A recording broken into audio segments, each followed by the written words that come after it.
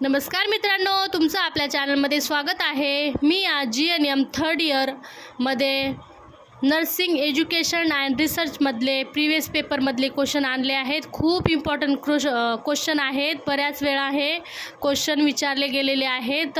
कालच्या व्हिडिओमध्ये 2 प्रश्न टाकले होते, आज आपण 3 प्रश्न घेणार आहोत। तर व्हिडिओ हा शेवटपर्यंत बघा व चॅनलला सबस्क्राईब करायला विसरू नका। चला तर आज आपला प्रश्न आहे संघटन व्याख्या लिहा, TNAI बाबत माहिती लिहा। तर त्याची प्रस्तावना पाहूया। कोणत्याही संस्थेचे उद्दिष्टे प्रभावीपणे साध्य करण्यासाठी कामाचे योग्य विभाजन, समन्वय आणि नियंत्रण आवश्यक असते। या सर्व प्रक्रियाला संघटन म्हणजे ऑर्गनायझेशन असे म्हणतात। आरोग्य सेवामध्ये आणि परिचर्या व्यवस्थापनात संघटनेला विशेष महत्त्व आहे। तर कोणत्याही संस्थेचे उद्दिष्ट प्रभावीपणे साध्य करण्यासाठी कामाचे योग्य विभाजन करण्यासाठी नियंत्रण आवश्यक असते आणि या सर्व प्रक्रियेला काय म्हणतात? संघटन म्हणतात। तर आरोग्य सेवेमध्ये आणि परिचर्या व्यवस्थापनात संघटनाला तर फारच विशेष महत्त्व आहे, कारण की या संघटनामुळेच कळून येते की काय आजार आहे, पेशंटला चांगल्या प्रकारे सेवा भेटत आहे की नाही। अशा प्रकारे या संस्थामुळे सगळं कळून येते। चला तर आपण त्याची व्याख्या पाहूया। एखादे निश्चित उद्दिष्ट साध्य करण्यासाठी व्यक्ती, साधने आणि कार्य यांची नियोजनबद्ध मांडणी व समन्वय करण्याच्या प्रक्रियेला संघटन म्हणतात। एखादे निश्चित उद्दिष्ट साध्य करण्यासाठी व्यक्ती, साधने आणि कार्य याचे नियोजनबद्ध मांडणी व समन्वय करण्याच्या प्रक्रियेला संघटन म्हणतात। तर आपण TNAI काय आहे ते पाहूया। खूप इम्पॉर्टंट आहेत। बऱ्याच प्रिवियस पेपरमध्ये हा प्रश्न पाहायला मिळालेला आहे। TNAचा लॉंग फॉर्म काय आहे बघा। Trend nurse association of India, याबद्दल माहिती। Trade nurse association of India, trade nurse association of India TNA ही भारतातील परिचारिकेची सर्वात मोठी व्यावसायिक संघटना आहे। तिची स्थापना नर्सिंग व्यवसायाचा विकास, परिचारिकेचे हितसंबंध जपणे आणि आरोग्य सेवेची गुणवत्ता वाढवण्यासाठी करण्यात आली आहे। तर याची स्थापना 1908 मध्ये झाली होती। याचे मुख्यालय नवी दिल्ली येथे आहे। तर trade nurses association of India हे भारतातील सर्वात मोठी परिचारिकेची संघटना आहे। तिची स्थापना 1908 मध्ये झाली आहे आणि याचा अर्थ म्हणजे नर्सिंग व्यवसायाचा विकास, परिचारिकेचे हितसंबंध जपणे हे आरोग्य सेवेची गुणवत्ता वाढवण्यासाठी ही संघटना काम करते। तर TNA ही संस्था जास्तीत जास्त परिचारिकेसाठी काम करणारी संस्था आहे, असं लक्षात राहू द्या। तर आपण त्याची स्थापना कधी 1908 मध्ये झाली। त्याचे मुख्यालय नवी दिल्ली येथे आहे। तर TNAचे आपण उद्दिष्टे पाहूया। TNAचे उद्दिष्ट काय काय आहे? तर नंबर 1चं उद्दिष्ट आहे नर्सिंग व्यवसायाचा विकास करणे। नंबर 2 आहे परिचारिकेचे हक्काचे संरक्षण करणे। नंबर 3 आहे नर्सिंग शिक्षणास गुणवत्ता सुधारणे। नंबर 4 आहे नर्सेसचे व्यावसायिक ज्ञान वाढवणे। नंबर 5 आहे आरोग्य सेवेचा दर्जा उंचावणे। तर अशा प्रकारे त्याचे उद्दिष्ट आहे। तर उद्दिष्टामध्ये काय आहे? नर्सिंग व्यवसायाचा विकास करणे। नर्सिंग हा एक प्रकारचा व्यवसाय मानला जातो, त्याच्यामुळे चांगली जॉब पण भेटू शकते। याच्यामध्ये रुग्णाची सेवा करून भरपूर परिचारिके हक्काचे संरक्षण करता येते। याच्यामध्ये नर्सिंग शिक्षणाचा गुणवत्ता सुधारता येते, नर्सेसचे व्यावसायिक ज्ञान वाढवता येते आणि आरोग्य सेवेचा दर्जा उंचवता येतो। तर असे झाले ट्रेंड नर्स असोसिएशन ऑफ इंडियाचे उद्दिष्टे। लॉंग फॉर्म लक्षात राहू द्या, कारण की हा व्याख्यामध्ये पण विचारला जाऊ शकतो किंवा रिकामी जागामध्ये जोड्या लावामध्ये पण विचारला जाऊ शकतो। तर आपण पुढे पाहूया TNAचे कार्य काय काय आहे ते पाहूया आपण। TNAचे कार्य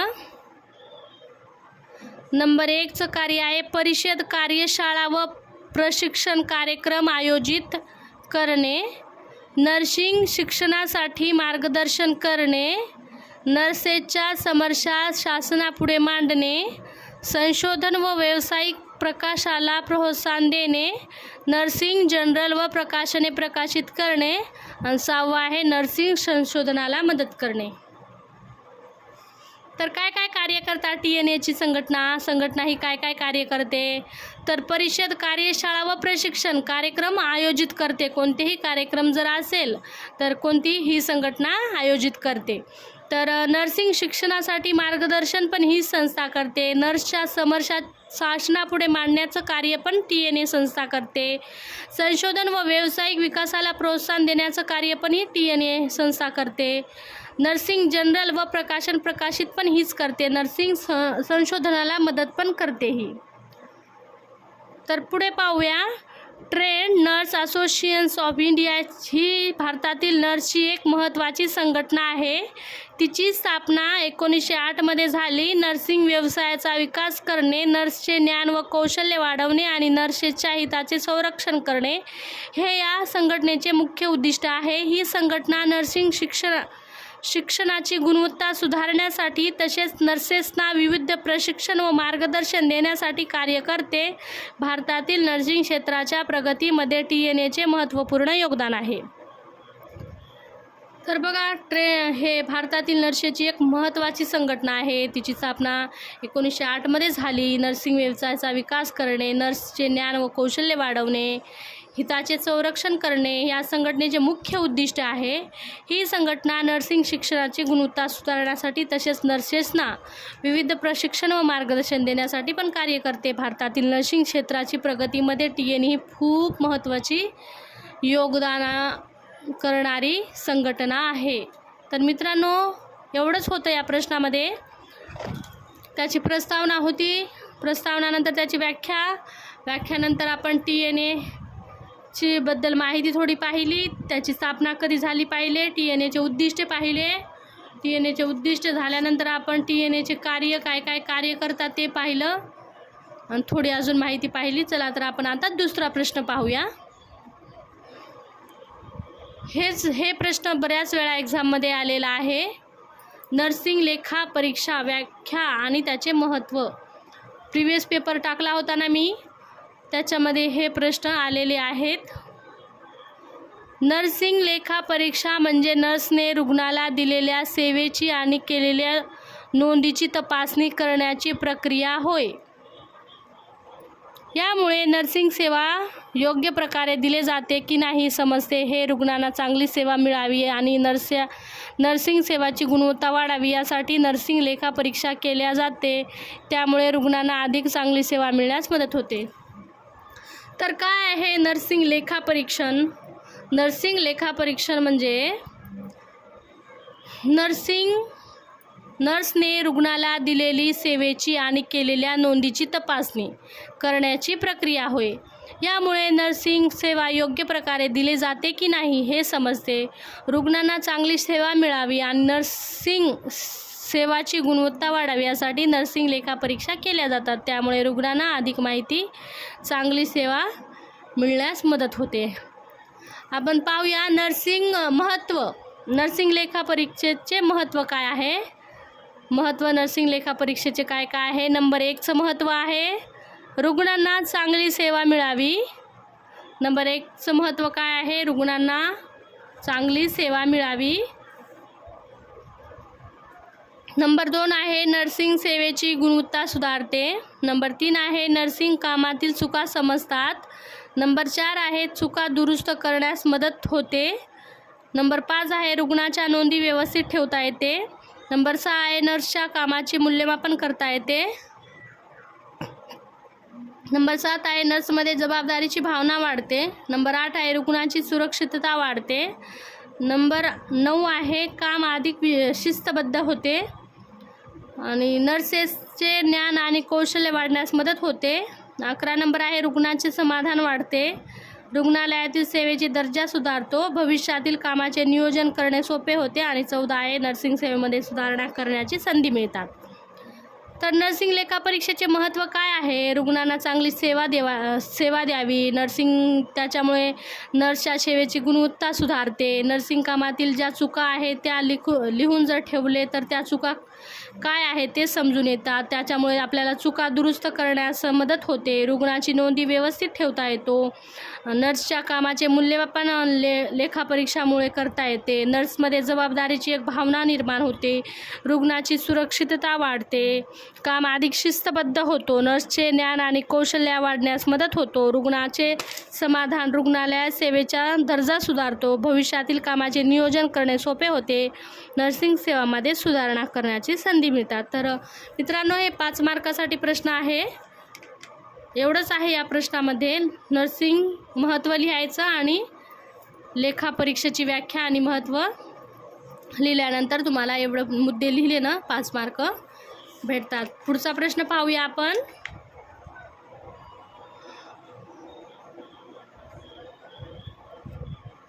पुढचा प्रश्न आहे, महाराष्ट्र परिचर्या परिषद ही एक नियामक संस्था आहे. बऱ्याच प्रिव्हियस पेपरमध्ये हा प्रश्न विचारला गेलेला आहे. खूप इम्पॉर्टंट प्रश्न आहे. तर त्याची आपण प्रस्तावना पाहूया. काय आहे महाराष्ट्र परिचर्या परिषद? महाराष्ट्र परिचर्या परिषद ही एक नियामक संस्था आहे. त्याची प्रस्तावना पाहूया. महाराष्ट्र परिचर्या परिषद ही महाराष्ट्र राज्यातील नर्सिंग व्यवसायाचे नियमन करणारी एक महत्त्वाची संस्था आहे. तर काय आहे महाराष्ट्र परिचर्या परिषद? ही महाराष्ट्र राज्यातील नर्सिंग व्यवसायाचे नियमन करणारी एक महत्त्वाची संस्था आहे. नर्सिंग शिक्षण, नर्सेसचे नोंदणी आणि नर्सिंग सेवेची गुणवत्ता राखण्यासाठी ही संस्था काम करते. महाराष्ट्रातील नर्सिंग व्यवसाय योग्य पद्धतीने चालवला यासाठी परिषदेची महत्त्वाची भूमिका असते. महाराष्ट्र परिचर्या परिषद नर्सेस, ANM, GNM आणि इतर नर्सिंग कर्मचाऱ्यांमध्ये नोंदणी करते. नोंदणी झाल्यानंतर नर्सेसना कायदेशीररित्या काम करता येतो. ही संस्था नर्सिंग शाळा व महाविद्यालयाची तपासणी करते आणि आवश्यक नियमाचे पालन होत आहे का हे पाहते. नर्सिंग शिक्षणाचा दर्जा चांगला राहावा यासाठी मार्गदर्शन करते. तर महाराष्ट्र परिचर्या परिषद ही महाराष्ट्र राज्यातील नर्सिंग व्यवसायाचे नियमन करणारी एक महत्त्वाची संस्था आहे. नर्सिंग शिक्षण, नर्सेसची नोंदणी झाली आहे की नाही, नर्सिंग सेवेची गुणवत्ता राखण्यासाठी ही संस्था काम करत असते. महाराष्ट्रातील नर्सिंग व्यवसाय योग्य पद्धतीने चालला आहे की नाही या परिषदेची याच्यावर लक्ष असतो आणि ही त्याच्यामुळे महत्त्वाची भूमिका बजावत असते. तर याच्यामध्ये GNM असो, ENM असो, महाराष्ट्र परिचर्या परिषद नर्सेसमध्ये नर्सिंग कर्मचाऱ्याची नोंदणी झाली आहे की नाही ही संस्था पाहत असते. नोंदणी झाल्यानंतर नर्सेसना कायदेशीररित्या काम करता येते. ही संस्था नर्सिंग शाळा व महाविद्यालयाची तपासणी करते आणि आवश्यक नियमाचे पालन करत आहे का हे पाहते. नर्सिंग शिक्षणाला दर्जा चांगला राहावा यासाठी मार्गदर्शन करते. परिषद नर्सिंग व्यवसायात शिस्त राखण्यास एवढी आहे. नंतर आता पाहूया पुढचं. परिषद नर्सिंग व्यवसायात शिस्त राखण्याचे काम करते. नर्सिंग क्षेत्रातील नियम व अटी तयार करते. नर्सेसच्या व्यावसायिक विकासासाठी प्रयत्न करते. तर काय आहे परिषद नर्सिंग व्यवसायात शिस्त राखण्याचे काम करते. नर्सिंग क्षेत्रात नियम व अटी तयार करते. नर्सेसच्या व्यावसायिक विकासासाठी प्रयत्न करत असते. तर आपण पाहूया याचे कार्य काय आहे. कार्य काय आहे? नोंदणी करणे. नंबर 1चं कार्य आहे या संस्थेचं नोंदणी करणे, शिक्षणावर देखरेख ठेवणे, संस्थाची तपासणी करणे, नर्सिंग व्यवसायातील शिस्त राखणे. नंबर 5 आहे नर्सिंग सेवेची गुणवत्ता वाढवणे.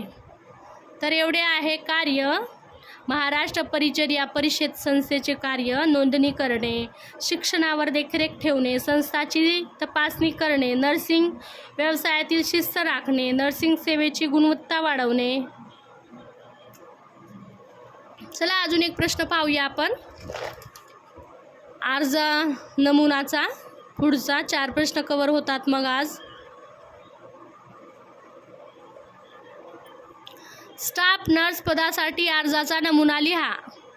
खूप सोपा आहे, पण हे प्रश्न बघूनच विद्यार्थी म्हणतात नमुना म्हणजे काय करायचं. त्याच्यामुळे मी तुम्हाला चांगल्या प्रकारे समजून सांगते. नमुना म्हणजे पत्र. ज्यांचा मराठी विषय होता 12वीला 10वीला त्यांना अर्ज लिहिताच येत असेल, त्यांच्यासाठी सोपाच आहे हा. तर स्टाफ नर्स पदासाठी अर्जाचा नमुना लिहा. बऱ्याच वेळा प्रिव्हियस पेपरमध्ये हा प्रश्न पाहायला मिळालेला आहे आणि खूप सोपा प्रश्न आहे. बघा काय लिहायचं, इकडं प्रति लिहायचं. प्रति लिहिल्यानंतर वैद्यकीय अधीक्षक लिहायचं. हे आपल्या मनाने सगळं लिहावं लागते, फक्त एवढीच हेडिंग येते एक्झाममध्ये. तर प्रति लिहिल्यानंतर वैद्यकीय अधीक्षक, जिल्हा सामान्य रुग्णालय लिहायचं आणि गावाचं नाव लिहायचं. पुणे किंवा कोणताही गाव लिहायचं. आपला विषय काय आहे, स्टाफ नर्स पदासाठी अर्ज. तर काय आपला विषय आहे, स्टाफ नर्स पदासाठी अर्जाचा नमुना करायचा आहे. तर विषय आपला स्टाफ नर्स पदासाठी अर्ज. तर इथं लिहायचं, महोदय आपल्या रुग्णालयामध्ये स्टाफ नर्स पदाची जाहिरात प्रसिद्ध झाली आहे. त्या पदासाठी मी अर्ज करत आहे. तर पहिल्या 2 ओळीमध्ये काय लिहायचं, महोदय लिहायचं इथं. नंतर लिहायचं आपल्या रुग्णालयामध्ये स्टाफ नर्स पदाची जाहिरात प्रसिद्ध झाली आहे. त्या पदासाठी मी अर्ज करत आहे. पुढं लिहायचं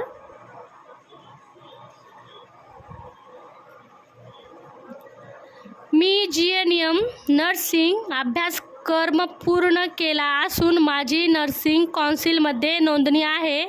मला आरोग्य सेवेची आवड असून मी प्रामाणिकपणे व जबाबदारीने काम करेन. तर पुढच्या पॅराग्राफमध्ये काय लिहायचं, मी GNM नर्सिंग अभ्यासक्रम पूर्ण केला